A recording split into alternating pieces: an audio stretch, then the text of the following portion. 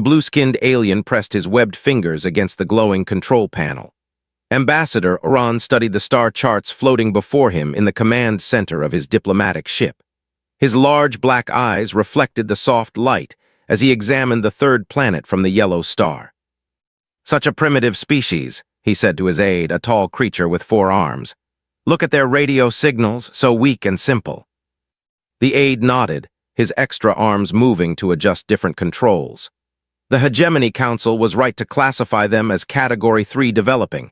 They barely understand nuclear fusion. For 60 years, the 12 species of the Hegemony had watched this small blue world. Their hidden sensors detected every radio broadcast, every rocket launch, every nuclear test. The humans seemed aggressive but harmless. They fought among themselves with crude weapons and struggled to reach their own moon. Oran swam through the water-filled corridors of his ship toward the main planning room. As a member of the aquatic race, he needed water to breathe properly. The other species in his crew used breathing masks when they joined him in the flooded sections. "Begin the standard integration protocol," he ordered his communications officer, an insect-like being with multiple eyes. "These humans will be grateful for our guidance." The Hegemony had performed this same process hundreds of times before. They would approach a young species with offers of technology and protection. In return, the new species would provide resources and accept certain limits on their development. It prevented dangerous weapons from being created and kept peace in the galaxy. "Sir, should we demonstrate our power first?" asked his tactical officer, a reptilian creature covered in green scales. "Some species respond better to shows of force." Oran considered this. The humans did seem unusually violent compared to most species the Hegemony encountered. Their history was filled with wars and conflicts, but they were so far behind in technology that force seemed unnecessary. "No, we will begin with peaceful contact," he decided. "Our ships alone should be impressive enough. They have never seen antimatter drives or energy shields." 3 ships made up Oran's diplomatic fleet. Each one was beautiful, made of crystalline materials that caught and reflected light. They moved silently through space, powered by reactions that could destroy entire cities if released improperly. To the humans, they would seem like magic. The lead ship, Harmony's Voice, was Oran's flagship. It carried the most advanced translation computers and communication systems in the galaxy. The other 2 ships, Peaceful Dawn and Guiding Light, were equipped with defensive shields and light weapons. Nothing that could truly threaten a planet, just enough to deal with any primitive spacecraft the humans might send. "Sir, we are approaching the outer edge of their solar system," reported his navigator. "Should we activate the diplomatic beacons?" "Yes, begin broadcasting on all frequencies," Oran replied. "Use the standard mathematical sequences first. Even primitive minds can understand basic numbers." The 3 ships positioned themselves near the humans' 4th planet, the red one they called Mars.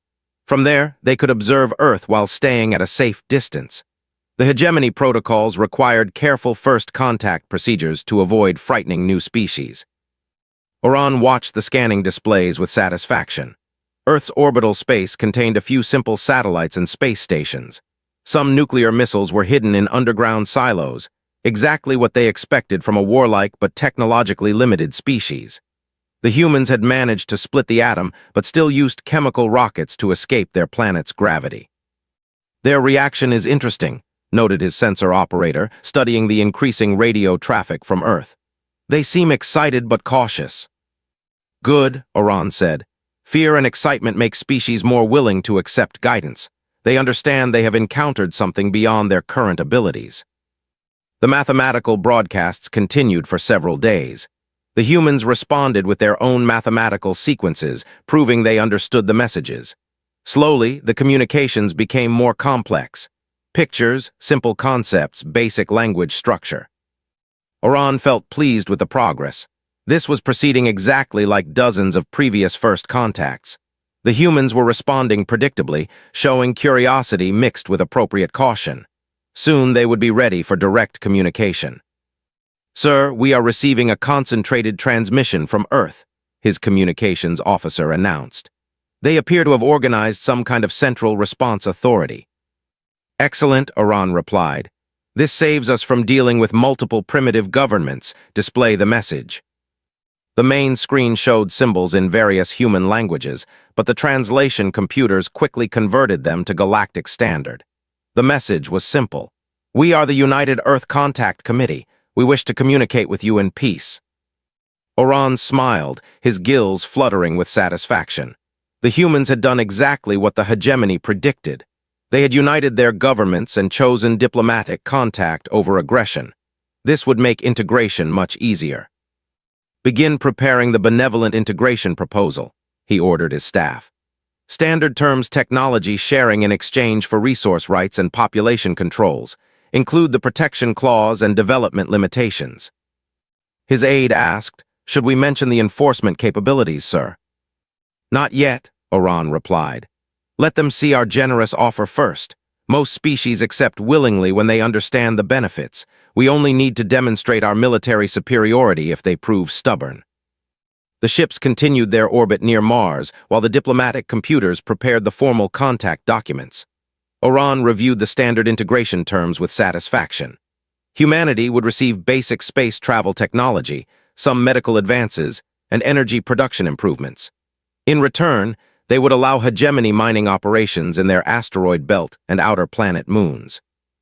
They would also accept population limits to prevent resource depletion and agree not to develop certain dangerous technologies without hegemony approval. It was a fair arrangement, in Oran's opinion. Humanity would benefit greatly from joining galactic civilization, even as junior members. They would be protected from the dangers of uncontrolled development and potential conflicts with other species. "Sir, Earth is requesting more time to prepare for direct communication," reported the communications officer. "Grant them 3 days," Oran decided. "Primitive species often need time to overcome their initial fear. Soon they will understand how fortunate they are to receive our attention." He dismissed his staff and returned to his private chambers to review the intelligence files on humanity one more time. Everything indicated this would be a routine integration. The humans were exactly what they appeared to be: a young, violent species with limited technology and no real understanding of the greater galaxy. Soon they would learn their proper place in the cosmic order. Admiral Sarah stood in the war room deep beneath the Pentagon, watching dozens of screens display information about the alien ships. Her hair was pulled back tightly, and her sharp blue eyes missed nothing as data flowed across the monitors. 3 days had passed since the aliens first made contact, and Earth's governments were still trying to understand what they faced. "Status report," she ordered her aide, Colonel Martinez. "The alien ships remain in position near Mars, ma'am," Martinez replied, consulting his tablet. "No hostile movements detected. They continue broadcasting what our linguists believe are peaceful intentions." Nodded but kept her expression neutral. Around the table sat representatives from every major nation on Earth, all part of the hastily formed United Earth Contact Committee. Secretary General led the civilian diplomatic team while handled military concerns. "Admiral, what's your assessment of their technology?" asked Dr. James, Earth's leading. "Advanced," replied simply. "Our sensors detect energy outputs far beyond anything we currently use. Their ships appear to be made of unknown crystalline materials. No visible propulsion systems, yet they move with perfect precision." "Could we defend ourselves if necessary?" asked quietly. Was silent for a moment. "With conventional weapons? No. Their energy shields alone seem capable of stopping our most powerful missiles." This sobered the room. Everyone understood the implications. If these aliens had hostile intentions, Earth's military forces would be almost helpless to stop them. "We need to focus on peaceful solutions," said firmly. "Doctor, how are the language translations progressing?" Dr. Susan, Earth's top linguist, looked up from her computer. "Very well, actually. Their translation matrix is incredibly sophisticated. We can now communicate in basic concepts. They've requested a formal diplomatic meeting." "What kind of meeting?" asked. "Direct communication between their ambassador and our representatives," replied. "They say they have an important proposal for humanity." Looked around the table. "Admiral, what are your thoughts?" Considered carefully. "We should hear what they have to say, but we should also be prepared for any possibility." "Meaning what?" asked the British representative. "Meaning we activate all defensive protocols while maintaining a diplomatic front," replied. Hope for the best, prepare for the worst. Nodded, very well. Doctor, tell them we accept their request for a formal meeting. Schedule it for tomorrow at noon Eastern Time. The meeting took place via quantum communication link. The main screen in the war room flickered to life, showing the interior of an alien ship. The ambassador appeared, a blue-skinned humanoid with large black eyes and visible gills. He wore no clothing, but had various technological devices attached to his skin. "Greetings, people of Earth," the ambassador said through the translation system. His voice sounded strange but understandable. "I am Ambassador Oran of the Hegemony. We represent 12 species united in peaceful cooperation." "Welcome, Ambassador," replied diplomatically. "I am Secretary General of the United Earth Contact Committee. We are honored by your visit." "Thank you," Oran said. "We have observed your species for many years. You show great potential but also concerning aggressive tendencies. We are here to offer you guidance and protection." Admiral felt something cold settle in her stomach at those words. Guidance and protection usually meant control in her experience. "What kind of guidance?" asked carefully. Oran smiled, showing sharp teeth. "We offer membership in galactic civilization. You would receive advanced technologies, clean energy, space travel, medical improvements. In return, you would accept certain necessary limitations." "What limitations?" Doctor asked. "Population controls to prevent resource depletion," Oran explained. "Restrictions on dangerous technology development. And of course, we would need mining rights to your asteroid belt and outer planets to help fund your integration." The room fell silent. Watched face carefully and saw the same concern she felt. This wasn't an offer of partnership, it was a demand for surrender disguised as diplomacy. "We would need time to consider such a significant proposal," said diplomatically. "Of course," Oran replied. "We understand this is overwhelming for a young species.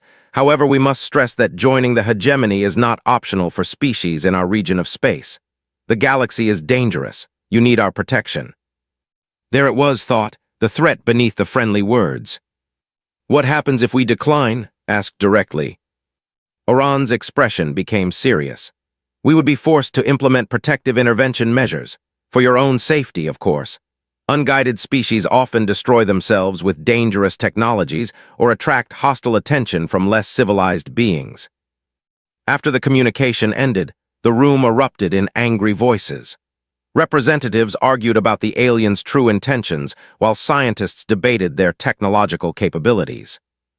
"This is conquest wrapped in diplomatic language," declared the Russian representative. "We can't fight them," argued the Japanese delegate. "Their technology is too advanced." Admiral stood up, silencing the room. "Secretary General, I request permission to implement Protocol 7. Paused. Protocol 7 was Earth's most classified defense plan, known only to a few dozen people in the entire world. "Are you certain that's necessary, Admiral?" asked quietly. "Ma'am, they just threatened us with conquest if we don't surrender voluntarily," replied. "They're giving us the illusion of choice while making it clear there is no choice. Protocol 7 exists for exactly this situation." "What's Protocol 7? asked the German representative. And exchanged glances. "Classified," said simply. "Admiral, you have my authorization." Activated her secure communicator. "This is Admiral Authorization Code Alpha 77. Initiate Protocol 7 immediately. Signal all Titan-class assets. We may need them soon." The message went out on frequencies most humans didn't know existed, traveling to receivers hidden in the deepest parts of space. Far beyond the orbit of Pluto, automated systems began powering up for the first time in decades. "Ambassador Oran is requesting another meeting," Doctor announced. "He says they need our answer within 72 hours.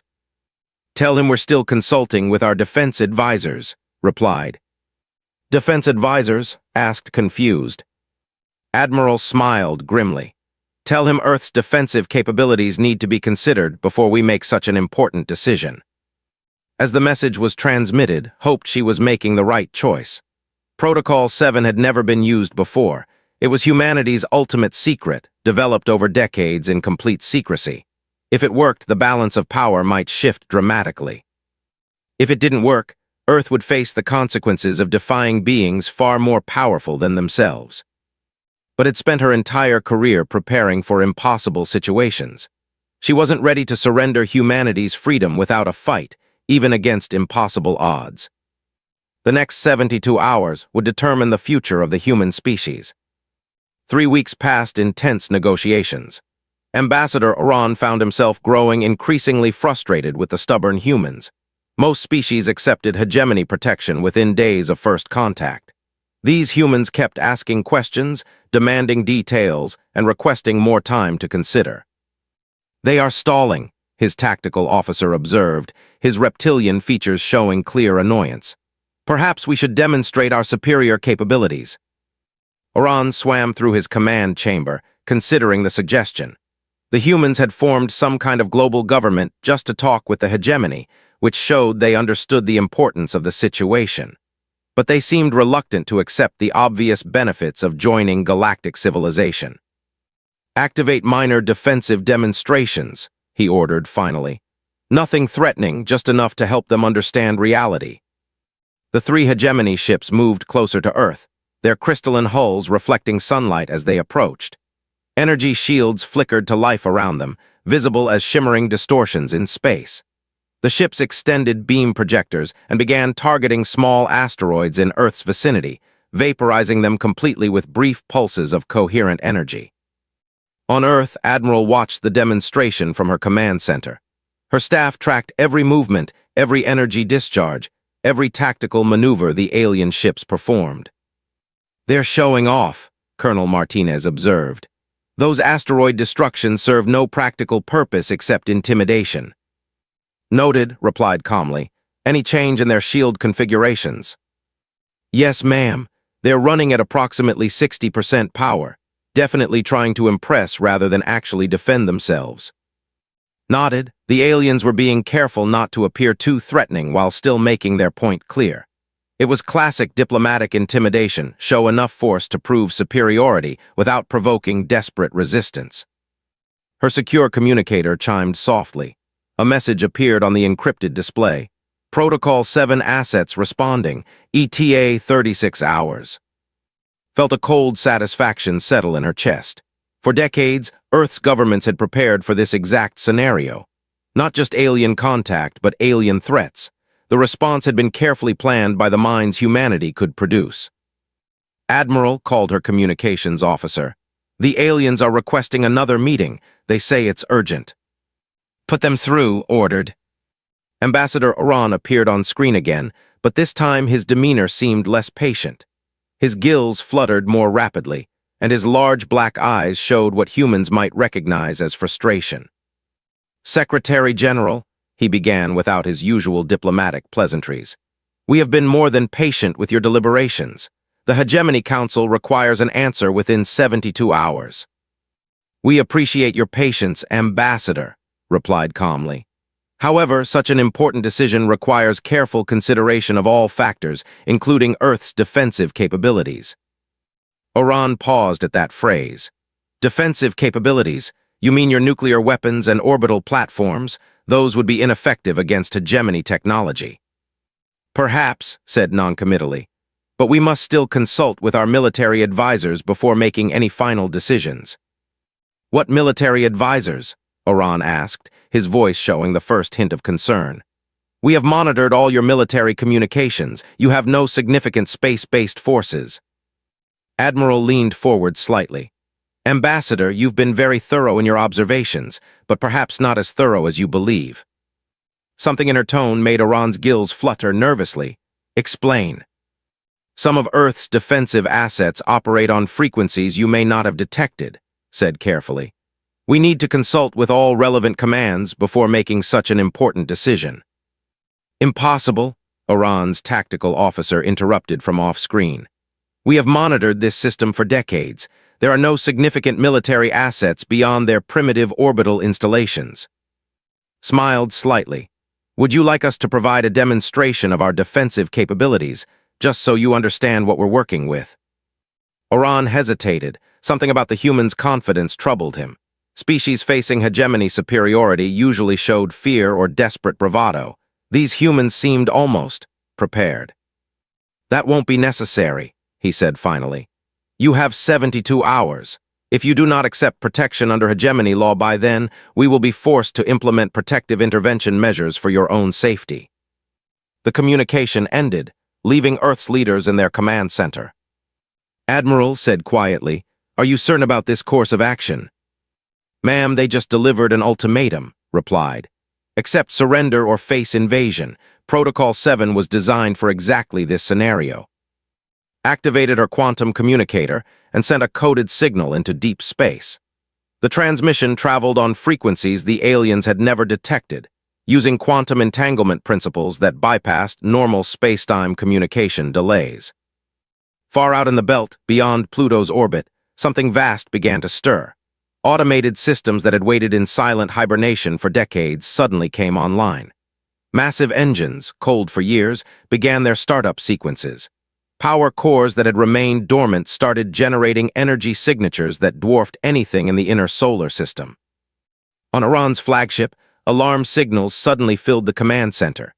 His sensor operators stared at their displays in confusion and growing alarm. "Sir, we're detecting massive energy spikes from the outer system," his chief sensor operator reported. "Unknown energy signature, approximately 40 astronomical units from the star." "What kind of energy signature?" Oran demanded. "Sir, it's larger than our own ship's power output, by several orders of magnitude." Oran felt cold water flow over his gills as fear began to set in. "Show me." The main display changed to show long-range sensor data. A single bright point of energy was accelerating inward from the edge of the solar system. The power readings made no sense. Nothing that primitive species could build should be able to generate that much energy. "Could it be a natural phenomenon?" he asked desperately. "No, sir," his science officer replied, her 4 arms working frantically at multiple control panels. "The acceleration pattern indicates artificial propulsion. Something is moving toward us at significant velocity while maintaining stable energy output."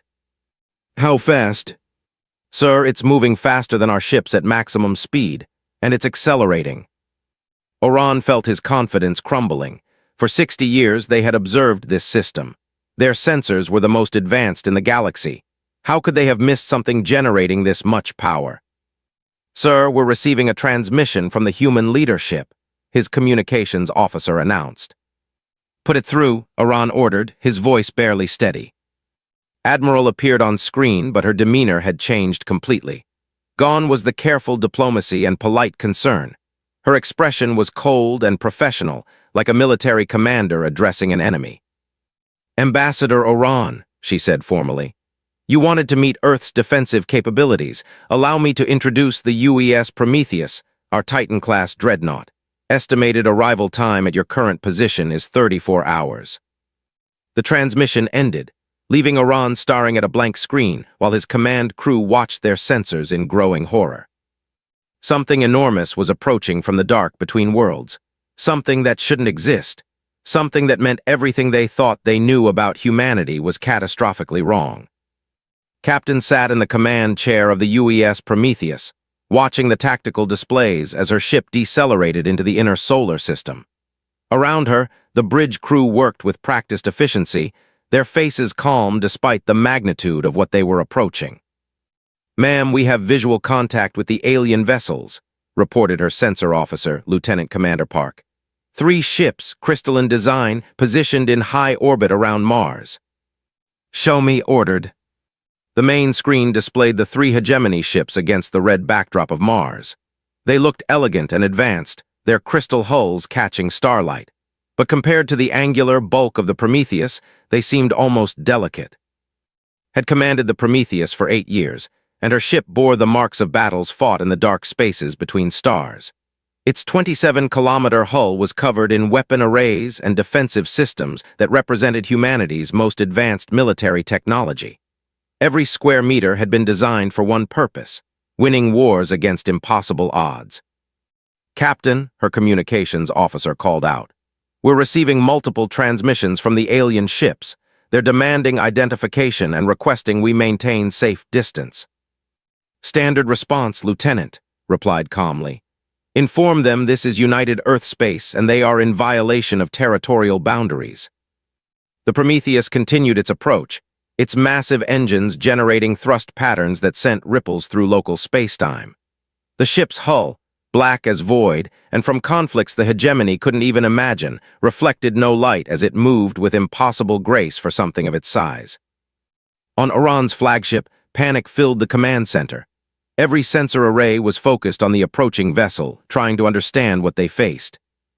"Sir, the energy readings are impossible," his tactical officer reported, his reptilian features pale with fear.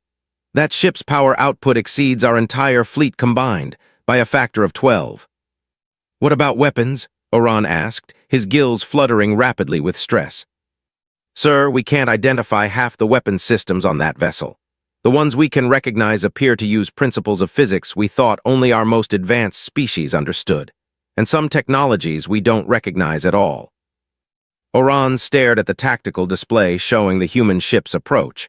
It everything he had been taught about technological development.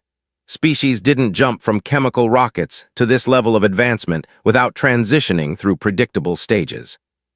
"How did we miss this?" he demanded. "Our sensors have monitored this system for 60 years. His science officer looked up from her control panel, her four arms trembling slightly. "Sir, I'm detecting additional energy signatures throughout the system. Automated defense platforms hiding in asteroid fields. Weapon satellites disguised as communication relays. Sir, this entire system is a fortress." The revelation hit Iran like a physical blow. Humanity hadn't been primitive at all. They had been hiding their true capabilities, letting the hegemony see only what they wanted them to see. "Sir, the human ship is hailing us directly," his communications officer reported. "Put it through," Iran ordered, dreading what he might hear. Captain appeared on screen, and Iran immediately understood he was looking at a career military officer. Her hair was streaked with premature white, her face bore scars from battles, and her eyes held the calm confidence of someone accustomed to facing impossible situations. "This is Captain of the United Earth ship Prometheus," she said in a voice that carried absolute authority. "You are in violation of Earth territorial space. State your intentions or withdraw immediately." Oran tried to regain some diplomatic composure. "Captain, I am Ambassador Oran of the Hegemony. We are here on a peaceful diplomatic mission." "Peaceful missions don't typically involve threatening planetary governments with conquest," replied coldly. "Nor do they include demonstrations of weapons against civilian space objects." "We were simply," Oran began. "You delivered an ultimatum to Earth's government," interrupted. "Accept subjugation or face invasion. Those were your exact words, translated from galactic standard." Oran felt his diplomatic training crumble. This human captain spoke his language perfectly and had clearly been monitoring all their communications. "Captain, perhaps there has been a misunderstanding," he tried desperately. "The hegemony offers protection and guidance to developing species. It's for their own benefit." Studied him for a moment. "Ambassador, let me clarify something for you. Humanity doesn't need your protection. We've been protecting ourselves just fine." "From what?" Oran asked, genuinely confused. "This region of space is peaceful. The hegemony has maintained order here for centuries." "This region of space is peaceful because we've been keeping it that way," replied. "The threats you don't see are the ones we've been dealing with for longer than your hegemony has existed." She gestured to someone off-screen, and new data appeared on both ships' displays. Star charts showing the galaxy beyond hegemony space, marked with symbols indicating battles, defensive actions, and areas of ongoing conflict. "What is this?" Oran asked, staring at the impossible data. "These are the war zones, Ambassador. The places where humanity has been fighting to keep things like the Devourers and the Shadow Fleet from reaching inhabited systems. Your hegemony exists in a bubble of safety we've helped maintain." Oran felt his worldview cracking. "Impossible. Our sensors show no signs of major conflicts in those regions." "Because we've contained them," said simply. 12 Titan-class Dreadnoughts have been patrolling the deep void for over a century, facing threats your species can't imagine. The Prometheus just returned from a 3-year deployment in the void reach. The tactical displays on Iran's ship suddenly filled with new contacts. Ships materialized out of what had seemed empty space, their stealth systems disengaging. Hundreds of vessels, from small fighters to massive battle cruisers, appeared throughout the solar system. "My God," his sensor operator whispered. "They've been here all along. The entire system is filled with hidden military assets." Captain continued calmly. "Every radio signal you intercepted was carefully planned. Every nuclear test you observed was staged for your benefit. We've known about your surveillance since the day you started watching us."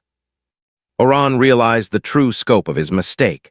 The hegemony hadn't discovered a primitive species. They had stumbled into contact with something far more advanced and dangerous than themselves. "What do you want from us?" he asked, his voice barely steady. "Right now, an explanation of why you threatened Earth with invasion," replied.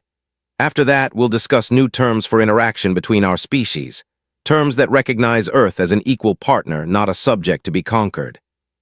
The Prometheus settled into position between Earth and the hegemony ships, its massive bulk dwarfing the alien vessels.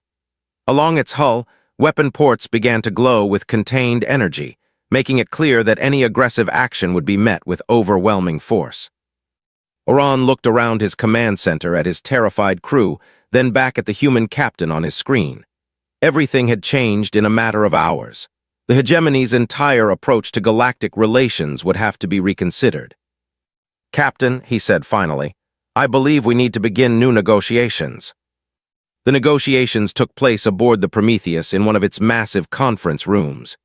Ambassador, Oran sat across from Secretary General, Admiral, and Captain, feeling more out of place than he ever had in decades of diplomatic service. The room itself was a statement of power.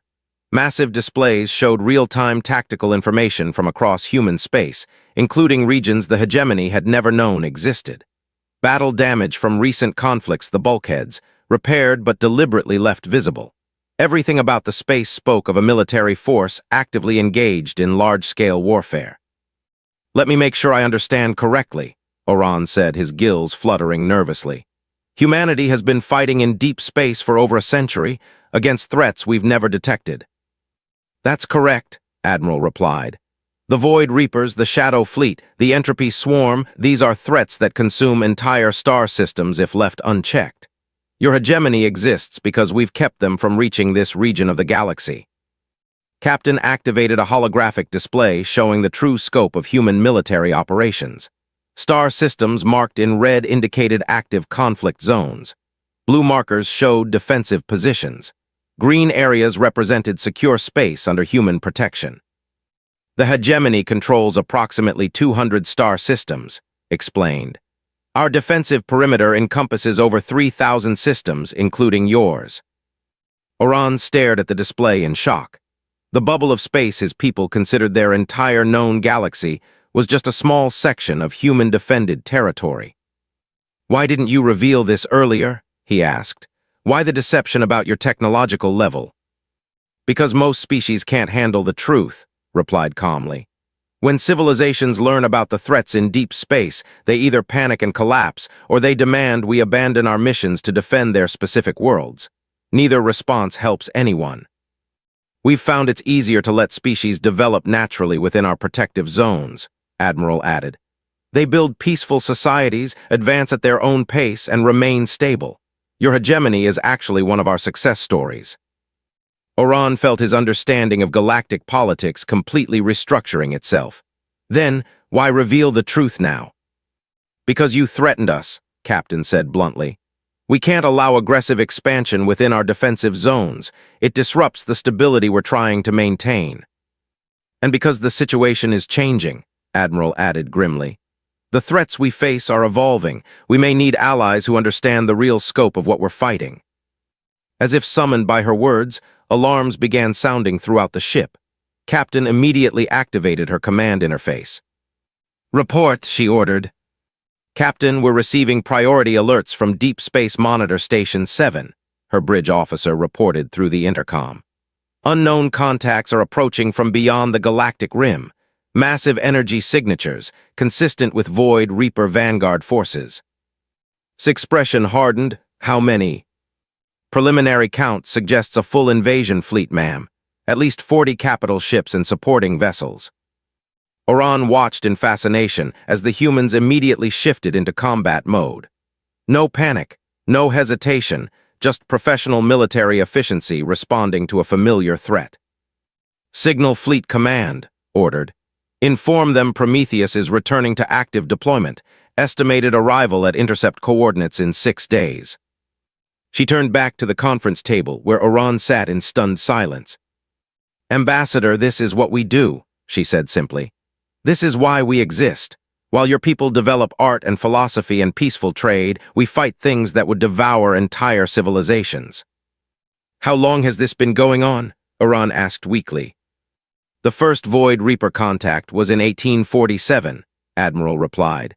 A small scout ship that destroyed 3 human colonies before we managed to stop it. We've been preparing for their return ever since. The Shadow Fleet showed up in 1923, Captain added. The Entropy Swarm in 1956. Each enemy taught us new ways to build ships, new weapons, new defensive strategies. The Titan-class Dreadnoughts were developed specifically to fight threats that could consume star systems. Leaned forward. Ambassador, we're willing to reconsider our relationship with the hegemony, but it has to be based on truth, not the fiction you've been living in. What kind of relationship? Oran asked. Partnership, replied. Equal status in matters affecting your territory. In return, you help us maintain stability in this region while we deal with external threats. And if we refuse? Then you go back to your Hegemony Council and tell them what you've learned here, said calmly. But understand that Earth's protection of this region is non-negotiable. Whether you cooperate or not, we'll continue doing what we've always done. Stood, preparing to leave for her ship's bridge.